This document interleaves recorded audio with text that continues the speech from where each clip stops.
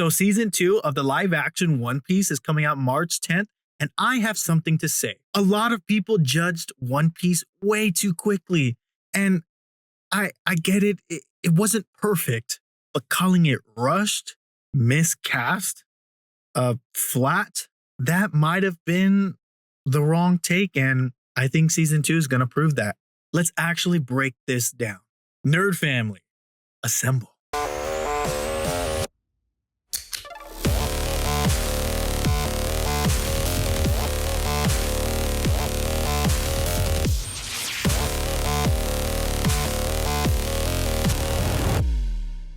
This is the loudest criticism that I've heard so far, which is cramming 45 episodes of the anime into 8 episodes of the live action. The original anime arc, up until Mihawk gives Luffy's bounty poster to Shanks, runs roughly 15 and a half hours. The live action, about 8 hours. So yeah, they technically cut out about 7.5 hours worth of material. But let's be real. Do we really need another 2 hours of Don Craig strutting around? He hasn't shown up since the Barati arc. I'm glad Mihawk finished him off on his own in the live action. Then allow me to make it permanent!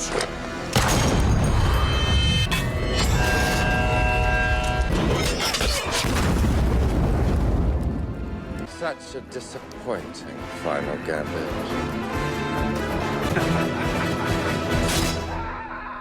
Oh my gosh, how dare you, Netflix?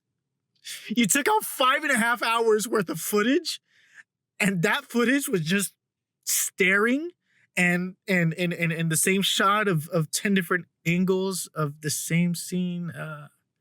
Maybe that was okay. But here's the thing. Adaptation isn't about copying runtime. It's about restructuring pacing. And let's be honest, we all know One Piece anime pacing has issues. That's why they're finally doing seasonal seasons for the anime now. The live action, it actually fixes pacing better than anything else we've seen so far. Okay, this confused me at first, but people are saying that introducing Garp too early ruined his reveal. Ruined what reveal? Garp is a vice admiral. He works for Sword. His grandson just declared he's becoming a pirate. And people expected him just absolutely do nothing? Pere.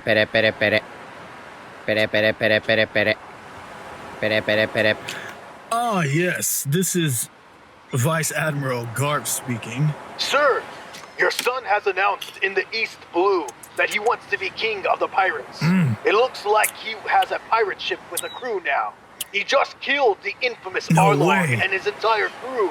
Sir, Luffy has now a bounty of 30 billion berries. I need to go to the buffet. I'm hungry. No, that's not how it works.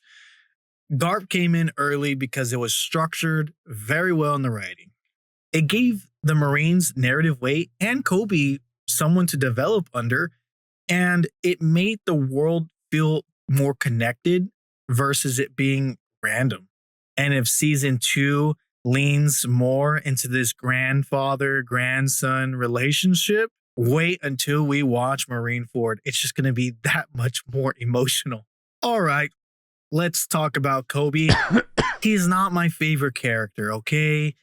I just feel like he whines too much. He cries too much, like, be a man. Oh, wait. But even though he annoys me, the live action focusing on him, that actually makes sense. Now, I agree to a certain point.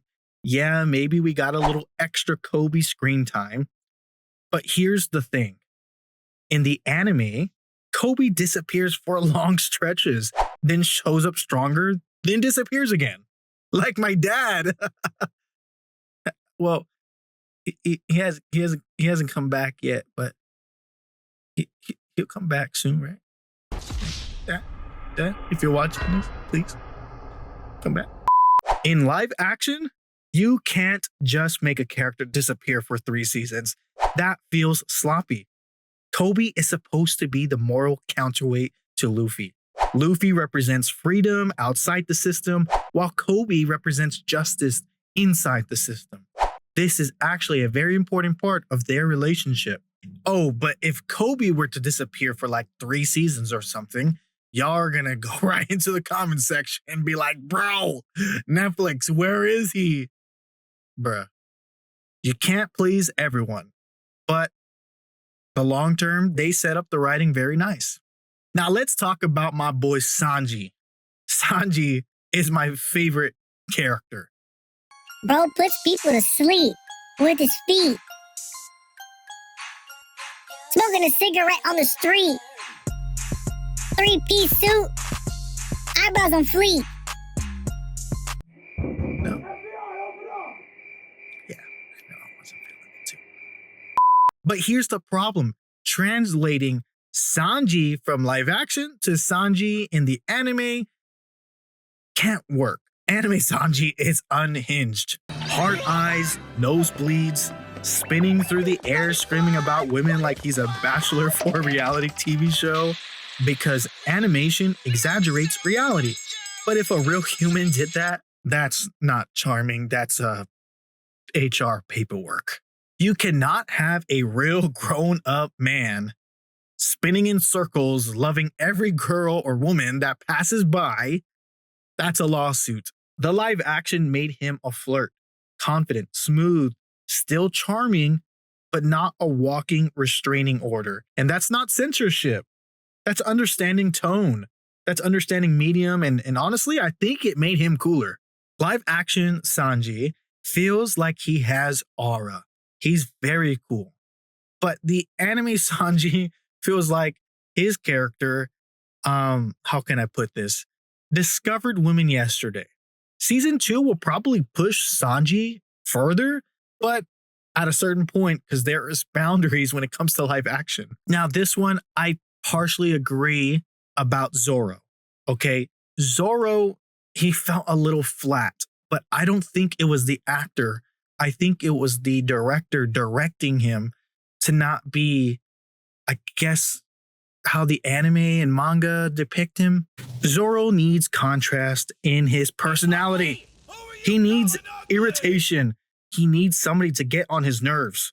He needs that rivalry, tension with Sanji, or to argue with him about absolutely nothing. Season 1 felt like a controlled introduction, very restrained, very cool guy in the corner, but Zoro isn't just cool. He's intense. He's competitive. He's stubborn to the point of stupidity sometimes. And that range, we didn't fully get it yet. Now, according to the actor, McKenyu, season 2 is going to show Zoro being more violent with more action scenes. But here's what I'm really hoping for. Don't just increase the violence, increase the emotion. Let him get annoyed. Let him argue. Let him smirk more. Let him show that quiet loyalty in subtle ways. Because when Zoro has range, he stills scenes. And if season 2 gives him that, everybody's going to switch up real quick. Now, this is a big one. People said the live action Luffy felt like he was reading lines. I didn't get that vibe, and I'm not trying to be different. Here's the uncomfortable truth. Luffy is the hardest character to adapt. He's pure, unfiltered, emotionally extreme. He goes from smiling like a toddler to screaming like a war general in 0.3 seconds. That works beautifully in animation, but in live action, if you overdo that, it becomes cringe instantly. Or worse, it starts to feel like community theater. And there's nothing wrong with community theater. It's just I'm watching a TV show. So yeah, season 1 felt restrained, but I felt like the film crew all came together and said, let's introduce this world safely first. Let's get people comfortable. Let's prove we're not about to embarrass this franchise. And honestly, that was probably smart, because imagine if they went full anime Luffy energy right out the gate. Some of y'all would have been like, why is he yelling at clouds? Now, could season 2 stretch him more emotionally? I hope so. But remember, this is live action. There's only so much that Inaki can do before it starts to look weird. Season 1 wasn't perfect, but it wasn't a disaster like some fans made it out to be. And here's the real thing. This is the best live action anime adaptation we've gotten. Who else is doing this at this level? Nobody. If you love One Piece, you should want this to succeed. And I think season 2 is about to blow people's mind, and that season 1 was the foundation for something even greater. And when it drops, you're gonna feel the difference. Not because fans were dumb, but because foundations don't look impressive until you start to see what's built on top of it. March 10th, I bet it levels up. You'll see. If you think season 2 is gonna pop off, drop a pirate flag emoji right in the comments. And if you don't, explain yourself, and I'll see you in the next video. Oh my goodness, Daredevil. Oh my god. Oh, I found it. It's right here.